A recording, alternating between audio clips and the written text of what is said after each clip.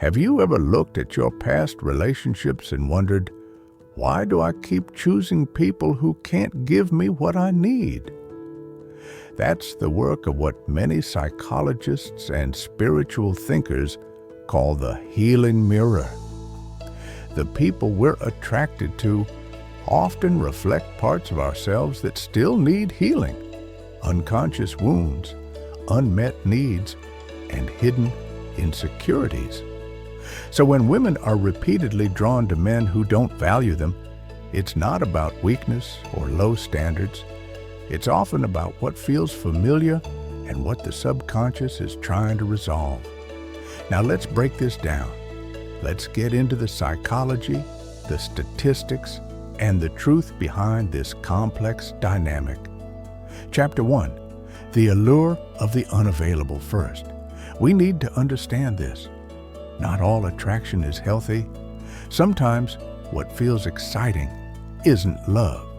It's anxiety dressed up as chemistry. According to a study published in the Journal of Social and Personal Relationships, people with anxious attachment styles are significantly more likely to be attracted to emotionally unavailable partners. These individuals often equate unpredictability with passion and mistake emotional distance for confidence or strength. Many women, especially those who grew up in environments where love was conditional, only given when they behaved a certain way or met high expectations, carry that same emotional pattern into adulthood. So when a man doesn't value her, doesn't chase her, or keeps her at arm's length, it doesn't feel like rejection. It feels like home, familiar, challenging, and weirdly comforting. Chapter 2, intermittent reinforcement. One of the most powerful forces in human behavior is intermittent reinforcement. This is when rewards, like attention, affection, or approval, are given inconsistently and unpredictably. Psychologist B.F. Skinner found that rats exposed to intermittent rewards were more likely to keep pressing a lever than those that received consistent ones. The same principle applies to dating. When a man shows interest one day and pulls away the next, it creates a dopamine roller coaster in the brain. That emotional chaos becomes addictive. The highs are high, the lows are painful, and the woman ends up chasing not the man himself, but the emotional hit he gives her when he decides to engage. This is why consistent, stable, emotionally available men are often seen as boring. It's not that they lack value, it's that they lack drama. And if a woman's emotional blueprint equates love with suffering, stability doesn't feel like love, it feels empty. Chapter 3, the role of media and culture. Let's be honest, society doesn't help. From a young age, women are fed storylines where the distant, emotionally detached bad boy is the ultimate romantic prize. Think about movies like The Notebook, Twilight, or even 50 Shades of Grey. These narratives teach that if a man is cold, cruel, or closed off, it just means he has a troubled heart waiting for the right woman to fix him. So what happens? Women begin to internalize the belief that love must be earned, that they need to prove their worth to get affection. It becomes less about partnership and more about performance. According to a survey by eHarmony, 70% of women reported feeling that they had to change themselves to be more appealing in modern dating.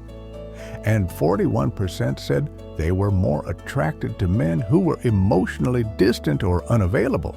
These aren't just preferences, these are patterns, reinforced by media, replayed in relationships, reflected in the mirror. Chapter 4, trauma bonds and validation. Another reason women are drawn to men who don't value them is due to trauma bonding. This occurs when intense emotional experiences, especially those involving pain and rejection, create a psychological bond between people. The brain confuses intensity for intimacy. So even if the man doesn't truly value her, the moments he does give her attention feel incredibly rewarding. It's like getting water in a desert, scarce and vital. Women may also seek external validation to fill internal voids. If a man who devalues her finally gives approval, it feels like a personal win. But in reality, it's just reinforcing a deeper wound, the belief that her worth is tied to someone else's recognition. Chapter 5. The Path to Healing. Choosing differently. But here's the good news. These patterns can be broken. Once a woman becomes aware of the healing mirror, once she sees that her choices reflect not what she deserves, but what she believes she deserves, she can begin to make different decisions. This means healing old wounds, redefining love, learning that love is not about chasing or proving, it's about being seen, respected, and safe. It means recognizing the difference between chemistry and compatibility, and understanding that the thrill of emotional chaos is not the same as the peace of emotional maturity. Modern dating makes all of this worse. Social media and dating apps have gamified connection. We swipe, we ghost, we breadcrumb. As a result, availability now feels desperate, while detachment feels desirable. There's a growing pressure, especially on women, to be effortless, low maintenance, and cool, even when they're hurting. Emotionally unavailable men are often seen as a challenge, a prize to be won. Their coldness is mistaken for strength. Their inconsistency, just emotional maturity. But here's what no one talks about. Healthy love isn't loud, it's stable. It's not found in the chase, it's found in the safety. And yet safety feels unfamiliar if you've never had it before.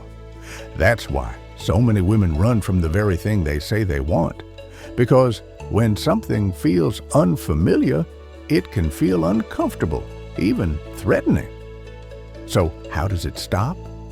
First, you stop focusing on why he doesn't value you and start asking, why do I feel drawn to someone who can't see my worth? This is the moment the healing mirror comes into play. The men you attract or chase are messengers. They show you where your self-worth is wounded. They reflect what you believe about love, about yourself, about what you have to earn just to be loved. Once you start healing those core beliefs, the whole pattern begins to collapse. You'll no longer feel addicted to the chase. You'll stop mistaking anxiety for chemistry. You'll feel bored by chaos and peaceful with presence. You'll begin to see the difference between being chosen and choosing yourself. And here's the truth that many never hear. He doesn't need to change. You do, not because you're broken, but because the part of you that kept chasing him was still asking for love in the only way it knew how. You don't have to keep repeating the cycle. You don't have to keep falling for the one who doesn't text back, the one who keeps you guessing, the one who makes you feel small, uncertain, and replaceable. You can choose better, not out of fear or desperation, but from wholeness. And when you start choosing from a place of self-respect, you'll notice something powerful. Emotionally unavailable men stop being attractive. Their silence no longer feels mysterious. It feels empty. Their hot and cold behavior no longer excites you. It warns you. That's what healing does. So next time you find yourself craving the love of someone who doesn't value you, ask yourself, what is this moment trying to teach me? what is this man reflecting back to me? Because once you understand that the relationship is a mirror, not a mistake, you'll begin to make the one shift that changes everything. You'll stop chasing love and start becoming it. If this message resonated with you, leave a comment below. What have you learned about yourself through painful relationships? What mirror are you ready to stop looking into? And remember, real love doesn't make you question your worth. It reflects it back to you.